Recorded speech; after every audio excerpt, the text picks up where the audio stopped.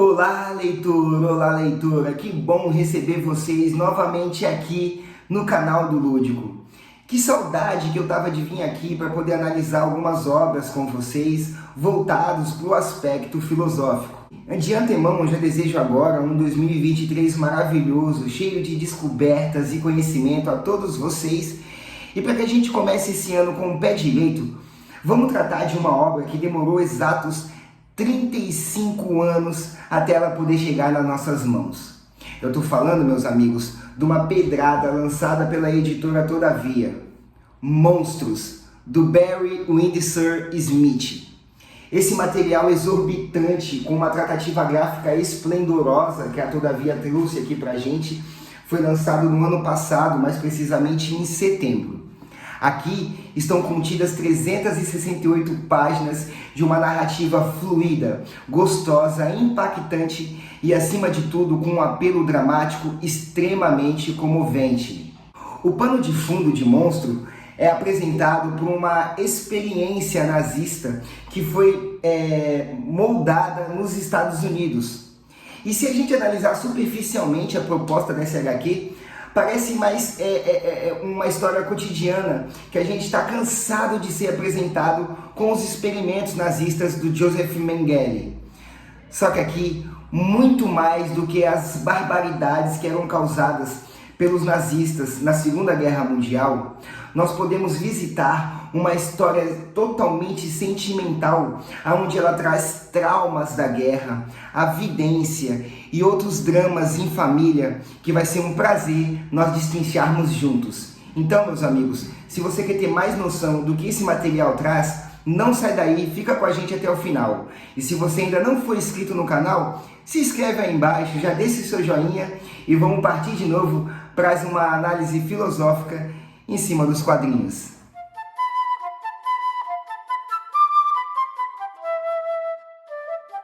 O Barry Windsor, ele foi ousado com esse material. Quem já teve a oportunidade de conhecer algumas obras do autor, tal como Arma X, sabe que ele aborda muito bem o aspecto humano dos seus personagens. Que apesar de terem o físico, né, a estética pautada em cima do terror, da surpresa, né, da onipotência, os seus personagens eles trazem, né, aspectos filosóficos e sentimentais muito profundos que valem a pena ser desbravados aqui. Em Monstros, como eu havia dito, o Barry ele acaba usando, né, a guerra como pano de fundo para poder mostrar alguns temas que são delicados à nossa sociabilidade, ao ser humano convivendo como um todo em cima dos seus iguais. Iguais entre aspas, né? Porque todos nós sabemos que cada ser humano acaba sendo um universo. Mas para a gente poder posicionar vocês basicamente do que a obra trata, o Barry ele nos apresenta um personagem central da obra cujo nome é Bob. O Bob é filho do Tom e da Janet, onde o Tom ele é veterano da Segunda Grande Guerra Mundial, onde a guerra acabou apresentando ao Tom traumas que foram essenciais para poder distorcerem, né, causarem uma metamorfose em quem esse pai era. Antes da guerra, o Tom era um pai presente, carinhoso, um esposo também presente e carinhoso, mas só que coisas que aconteceram, né, no decorrer da Segunda Grande Guerra transformaram ele numa pessoa totalmente agressiva, intolerante, ciumenta, e que acabou tendo, né, ou melhor, causando um efeito colateral no seu filho, o Bob, que ele se expõe a entrar no exército americano e, sem querer, acaba sendo voluntário numa experiência, que é a experiência que dá o pano de fundo da HQ, numa experiência nazista que foi levada para os Estados Unidos. O nome desse projeto se chama Prometheus. E aqui, já com o título, né, com o nome desse projeto, a gente já vê uma referência que o Barry colocou na sua narrativa, que é muito legal da gente desbravar. Prometeu é um personagem de um conto grego escrito por Hesíodo. Nesse conto, o Hesíodo ele tenta apresentar os argumentos de o porquê que os homens são superiores aos animais. E no que consiste esse conto? Lá, os gregos, eles encarregam, na verdade, né, o Epimeteu e o Prometeu de serem os responsáveis pela equidade na Terra. E o que é a equidade, né? A equidade é a equiparação, a lateralidade entre os seres. Ou seja, se por um lado o leão ele tem as suas garras para poder auxiliar na sua sobrevivência, a tartaruga tem o casco, as aves têm as asas, né? A formiga tem a sua força e o Flamengo tem o juiz, por exemplo, né? Em vistas, né, de fazer essa equidade entre os seres, o Epimeteu ele foi responsável pelos recursos e o Prometeu ele era responsável por monitorar esses recursos. Quando o Epimeteu ele distribui, né, todos esses recursos, ele fica pensando assim: e para o ser humano que é feito de barro, o que a gente vai dar para ele para que ele esteja numa categoria superior aos outros animais? Então, ele vai buscar a ajuda de Prometeu para isso. Prometeu, com toda a sua sagacidade, ele rouba o fogo do céu, dos deuses, e entrega aos seres humanos. Vale ressaltar que esse fogo que o Prometeu ele traz do céu, né, que ele rouba dos deuses para poder entregar aos seres humanos, na verdade é uma metáfora à sabedoria. Mas aqui a gente tem que fazer uma distinção entre sabedoria e consciente de inteligência. Porque assim, o consciente de inteligência todos os animais têm.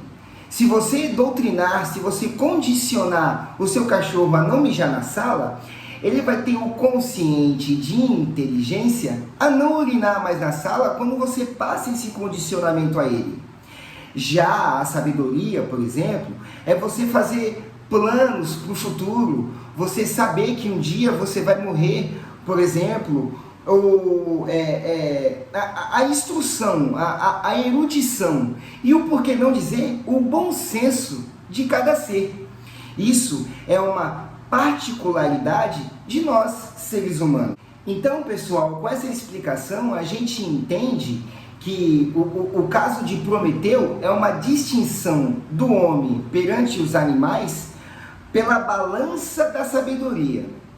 O que o projeto nazista da nossa história objetiva trazer é uma distinção do homem para o homem de acordo com a força. O que eles objetivam com o projeto Prometeu é criar um super ser, um super soldado extremamente forte. Isso pode até fazer uma referência ao Hulk, né? Um personagem extremamente forte que fica cada vez mais forte de acordo com seu status de ódio, de raiva, de ira. E olha só, vocês não estão extremamente equivocados quando fazem uma correlação entre o Hulk e essa nossa história.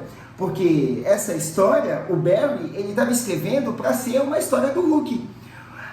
O que acontece é que ela tomou um rumo muito mais minucioso, muito mais poético, muito mais profundo e, por que não, filosófico. Isso fez com que o autor tivesse um insight e decidisse contar uma história autoral, diferente do que vem acontecendo na Casa das Ideias, na Marvel, por exemplo. Como dito no início do vídeo, essa não é uma narrativa linear.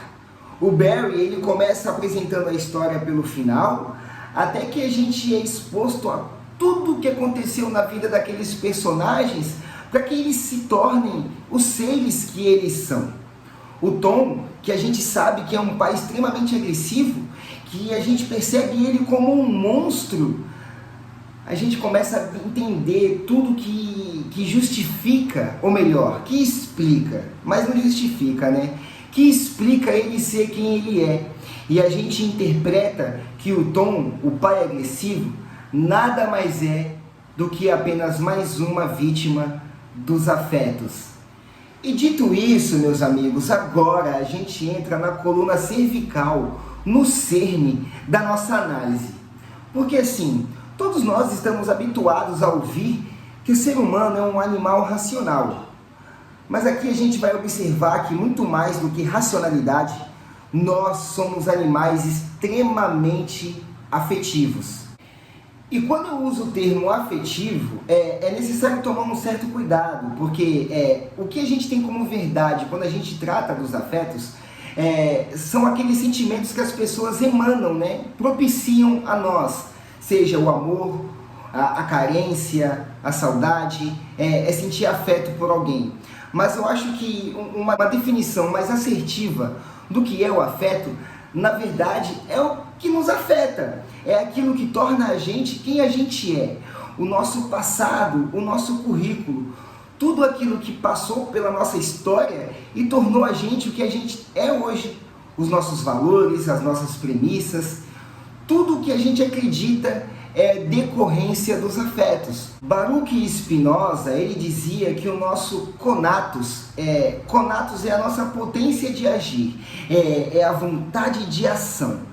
Segundo Spinoza, o nosso conatus ele era determinado pelos afetos aos quais a gente era exposto. Esse mesmo pensador, o Spinoza, ele dizia que o afeto ele podia ser dividido em duas categorias: os afetos ativos e os afetos passivos. Os afetos ativos, eles são os proeminentes de nós, né? É a alegria, é o que nos move de forma natural, o que surge da nossa essência. Por exemplo, ver um pôr do sol é um afeto ativo, porque eu tenho intrinsecamente a alegria de poder ver um pôr do sol.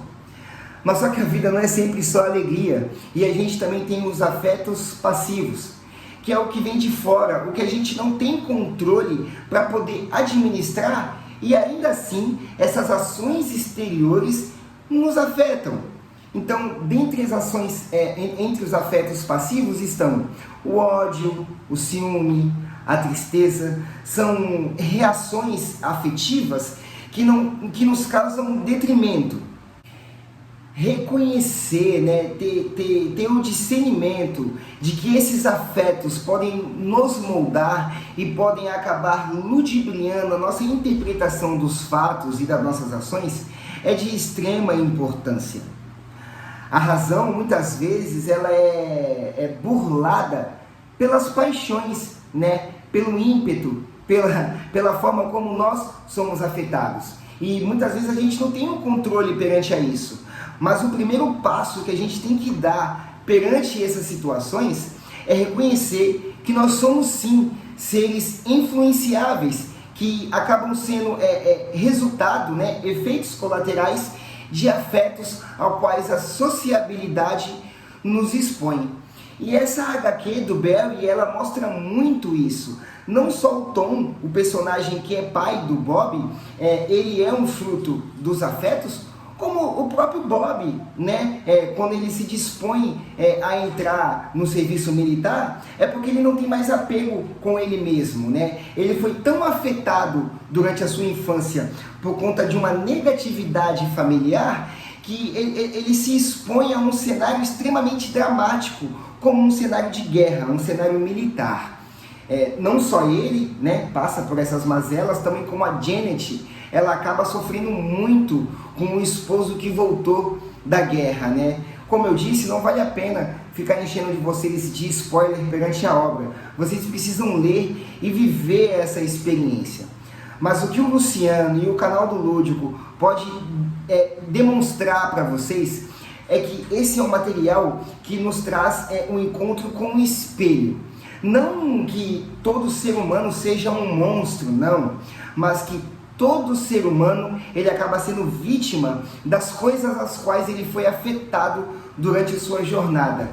E ter a interpretação cognitiva de que isso pode moldar uma pessoa deteriorada é importante se a gente estiver em busca do seu melhor eu. Bom, pessoal, era isso que eu tinha para apresentar para vocês. Eu espero que vocês tenham gostado demais desse vídeo. Se você ficou até aqui e ainda não é inscrito no canal, deixe o seu like, se inscreve no canal.